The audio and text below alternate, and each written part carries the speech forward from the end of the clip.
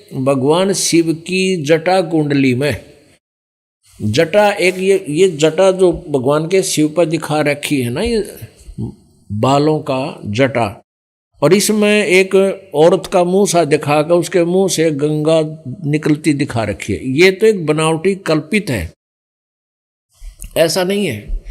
भगवान शिव के लोक में एक जटा कुंडली, एक डैम है, बहुत बड़ा सरोवर, बहुत बड़ा। यो प्रत्येक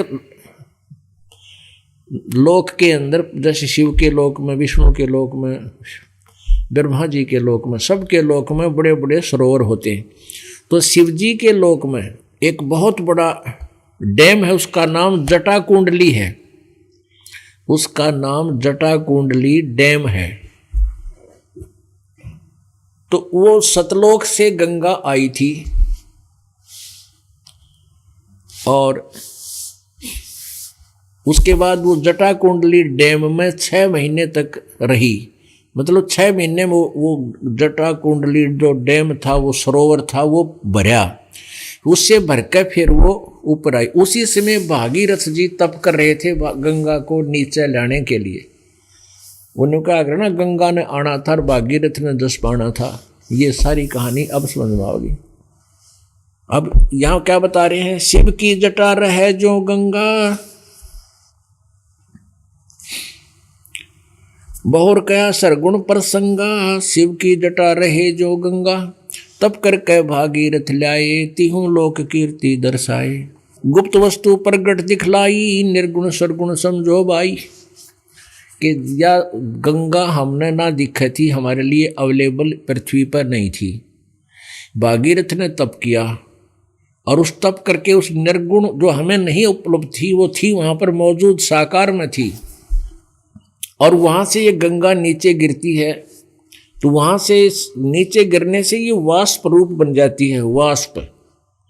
और फिर यहाँ इस पर हिमालय के ऊपर आकर के ये बर्फ रूप धारण कर लेती है और फिर वहाँ से जल बनकर ऐसे निकले। तो बीच से ये आती नज़र नहीं आती आम व्यक्ति को, ये दिव्य दृष्टि से देखी जाती है। और ये गंगा सतलोक से आई है, काल के लोक का ये अमृत नहीं है।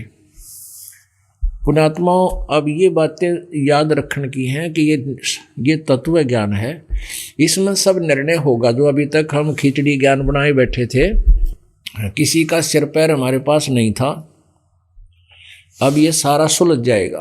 तो एक सैंपल है ये गंगा उस सतलोक से आई हुई। इसके गंगा के जल को कितने दिन रख दो खराब नहीं होता, क्यों? ये कहाँ से आएगी? इस पृथ्वी पर ही चल रहा है, तो ये कहाँ से आई? हमारी बुद्धि यहाँ तक थी, शिव जी की जटा में तो निकली, फू जो खा रखी नो एक औरत, अरे फूटे भाग मारे। भगवान शिव जी का एक डैम है और वो सतलोक से जब आई तो 6 महीना में वह भरी थी। वो भर के फिर ओवरफ्लो होना शुरू हो गया। उसी समय भागीरथ तप कर रहा था पहले से ही। तो जब ये ऊपर तक पड़न लगी फालतू होगा, जो भगवान शिव ने कह दी तथास्तु, ले भाई गंगा आ जाएगी। तो ये तो चलती का टोर मारनी है, चलती का टोर मारने वाले। तो ये सतलोक से आई थी फिर शिव के धाम में, शिव के धाम को डैम भर गया 6 महीना, फिर आगे चल पड़ी। अब वो पीछे से चल ही रही है और वो वहाँ से ओवरफ्लो भी हो ही रहा है। और यहाँ अब ये इस प्रकार ये गंगा आपको उपलब्ध है। लेकिन इस गंगा के पानी से मोक्ष नहीं है। तो ऐसे ऐसे अमृत पदार्थ हैं सतलोक के अंदर, ये सैंपल है वहाँ का।